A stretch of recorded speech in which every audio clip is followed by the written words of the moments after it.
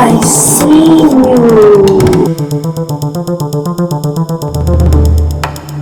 Hello and welcome to Boss Lady, and today I'll be doing something gore, and at the same time I will be telling you a story of a serial killer.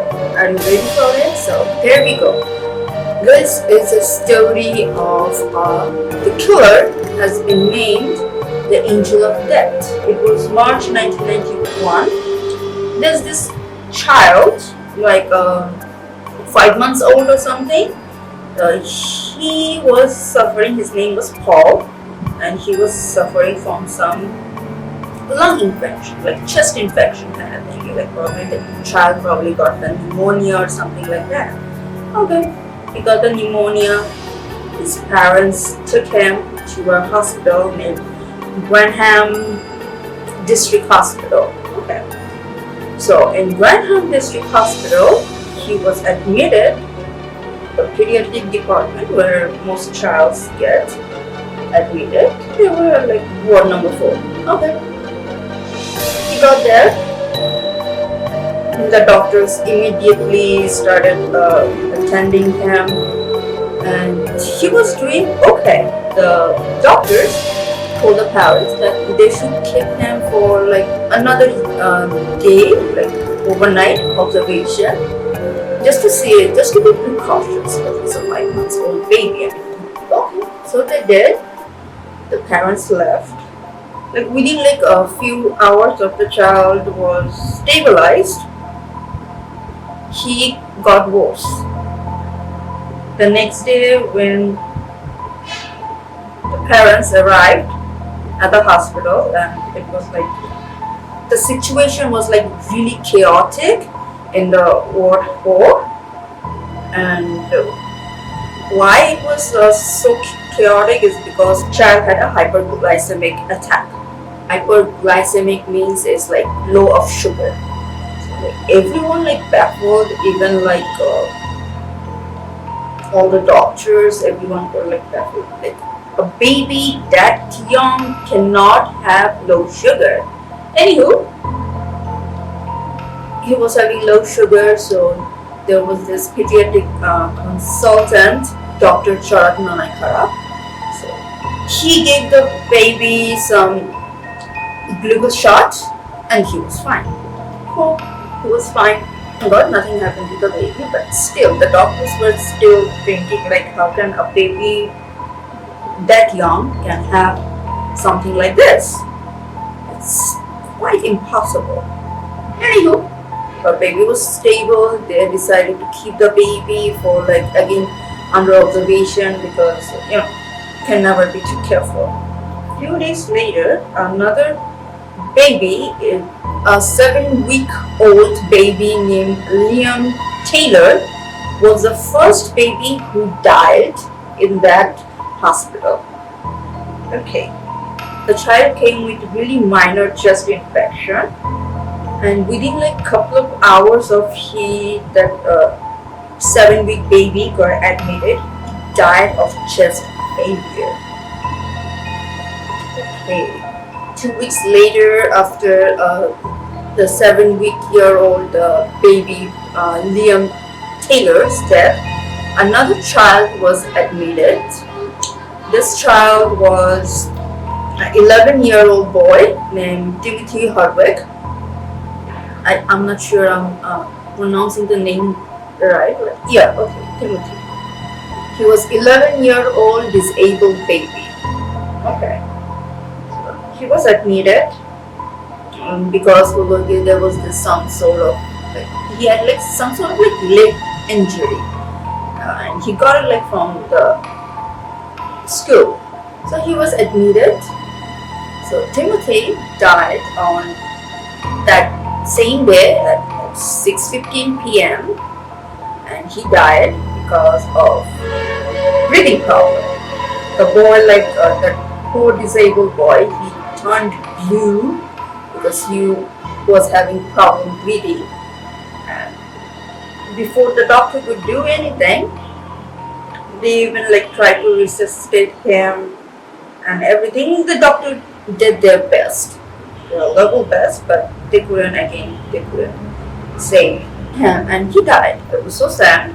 The whole Ward 4 was devastated. So the 5-month-old child, Paul, his condition got worse again, and it was the same issue, hyperglycemic attack. The doctors stabilized him, and they decided to keep the child for another 3 days observation and see what happens. After 3 days, Paul was about to be released, and his parents, they were like preparing for the discharge and everything. The dad went to the cafeteria for lunch. He went there, and it probably didn't took him like that long to get the lunch and everything. But when he came back, he saw that his son was again went to the same condition, and it was worse this time. Literally, it was worse. The baby was gray, it was pale, the baby was sweating. It was like really something like really worse that happened to the child. And this time, the doctor decided to shift him to another hospital, which was like 20 miles away. The mother of the child, 1-month-old baby, they got inside the ambulance, and a nurse to go with her to accompany her, so that she's going for a lot of trauma. And that nurse was Beverly Allitt. In the meantime, when the baby was getting discharged, doctor took a blood sample of Paul just to see like what's going on and everything. The moment the child reached another hospital, and he recovered miraculously. I mean, literally, just they gave them the medicine and bam, the baby is fine, completely fine.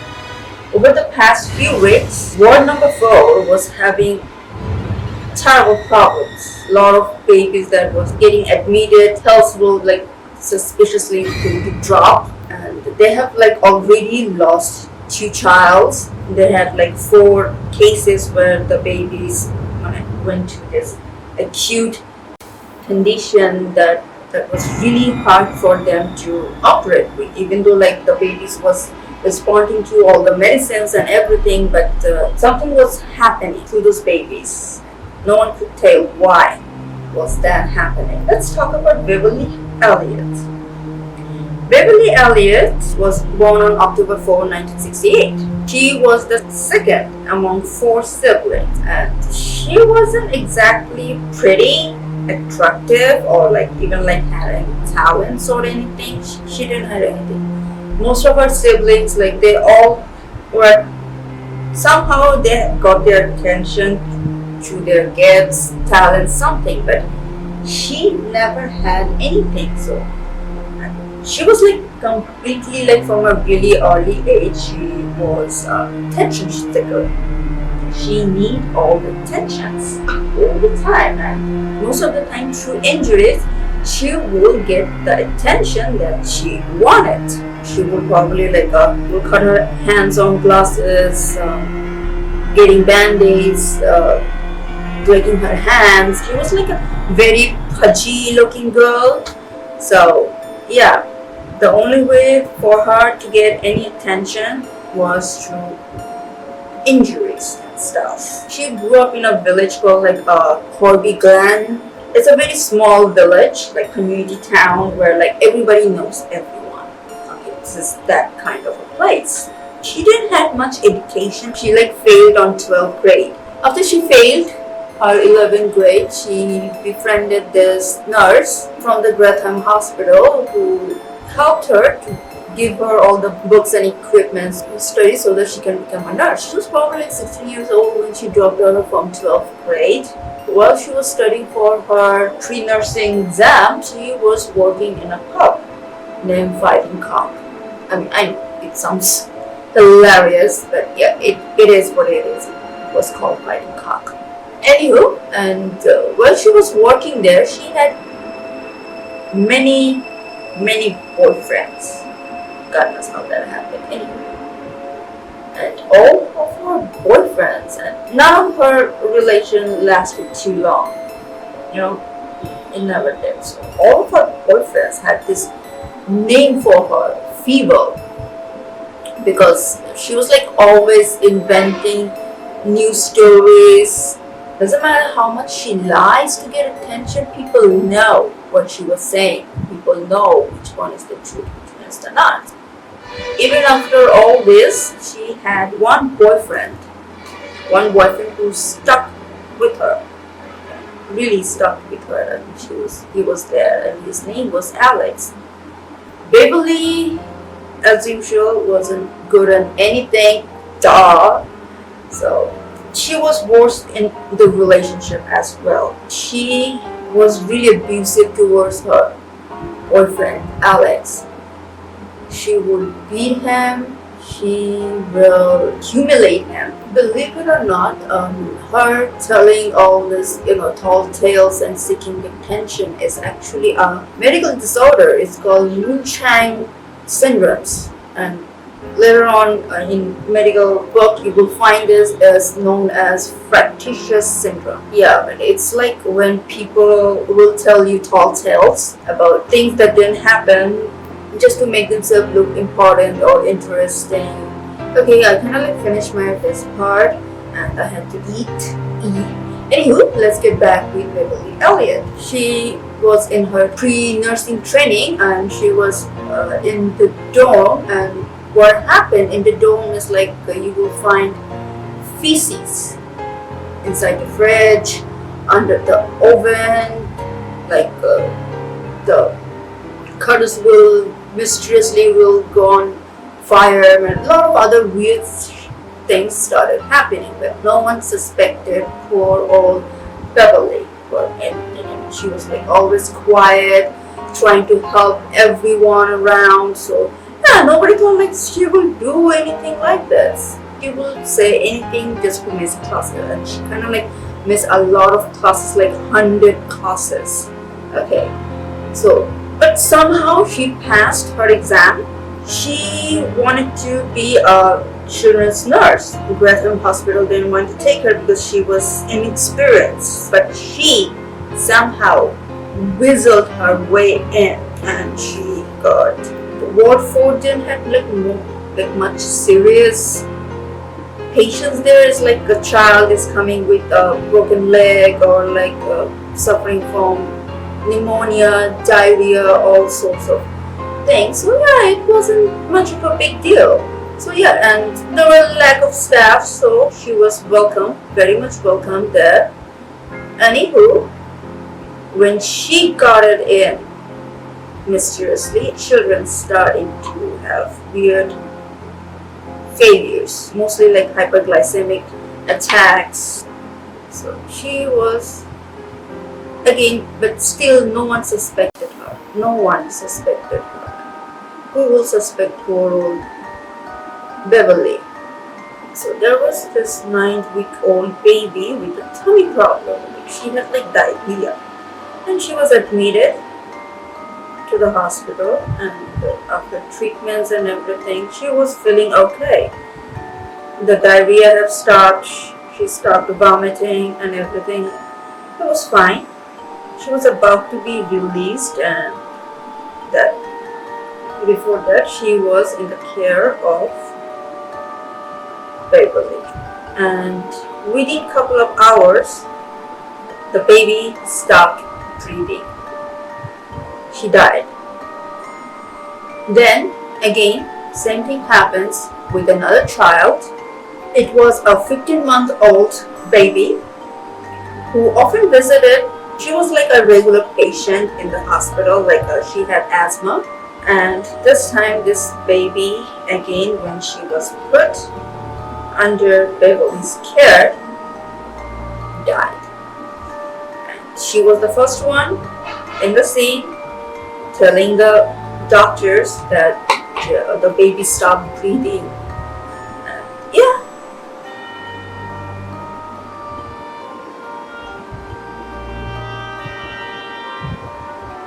She was again center of attention. Everyone like, oh my god, you're such an angel.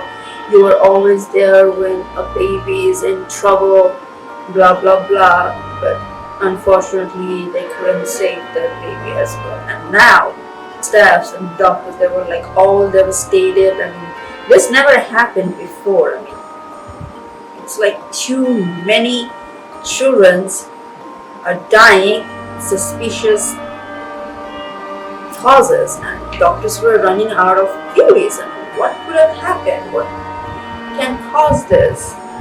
On 13 September 1991, hospital authority called the police. So this detective, Stewart, was led in charge of the investigations. Anywho, as the investigation started, there was this blood samples that was taken from every child, and normally those stays in a lockers, in a freezer, which Beverly was in charge of. And over there they found all those babies who died. Their blood samples were to the lab, tested, and they found a huge amount of insulin level inside those babies. It was shot, those insulins were shot. When they put those blood samples through the test, it cranked it up way over 500. Okay, the limitations of those equipments were only up to like measuring the insulin level up to like 500, and it rose above that. So normally cannot come from inside a human body, especially a baby.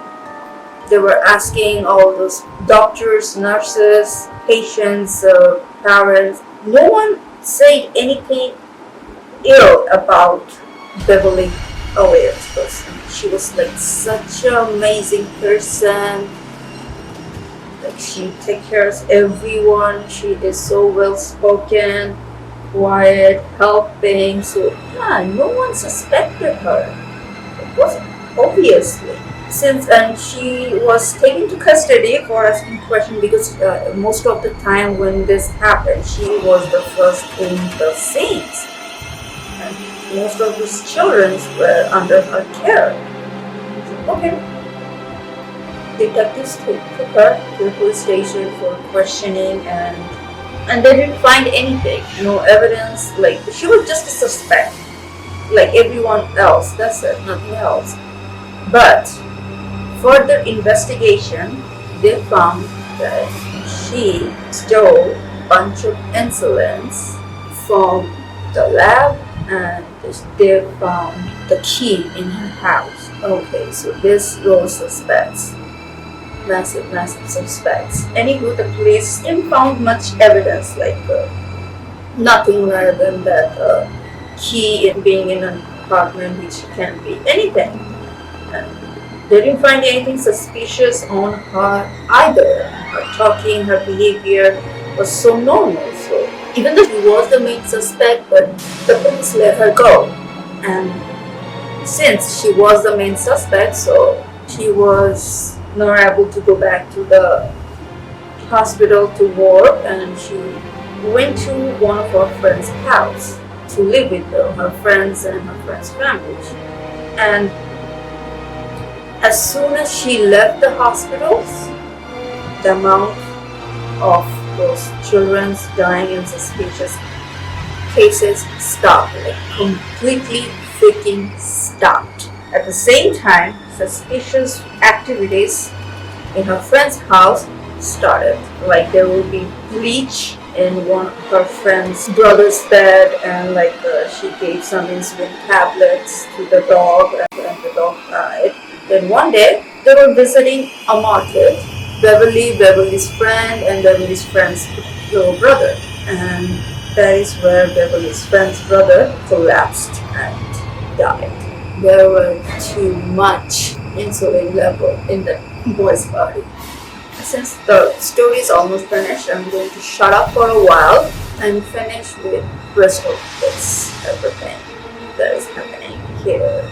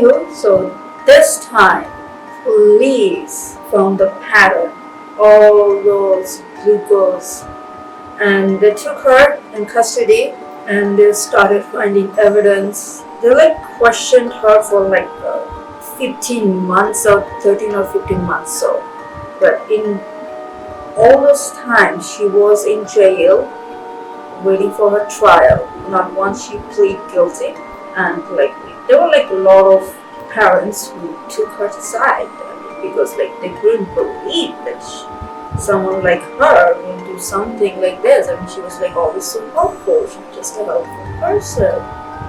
Even her staffs, the doctors, everyone, they couldn't believe that she is the one who did all those things. She killed 4 innocent children and attempted to kill 8 others. I'm like, oh my god, this is like so horrible. Anywho, even when she was like she was taken to jail, she acted really normal, like freaking normal, like nothing ever happened. She will eat, she will sleep like a normal person. With someone who's like accused of so many things, how can they sleep like that? But it wasn't a problem for her at all. It wasn't. Anywho, at the end, she was found guilty and she was given 13 life sentences, like till her death. So yeah, that's the story of Angel of Death, Beverly Allitt. Anywho, I hope you love this video, and if you do, don't forget to put a thumbs up and do subscribe to Ghost Lady. And I literally cannot see in one eye. It's like so my peripheral visions right now, it's not so well. Anywho, I really hope you love this video, and if you do, again, don't forget that and do subscribe to Ghost Lady, and please do comment down below. It really does help the channel a lot. And if you want to see more crazy things like this, also if you want some crazy serial killer stories, do let me know. Don't forget that. Do send me suggestions that what serial killer do you want me to tell stories about in my next videos. And till then, stay safe and stay scary. Bye bye.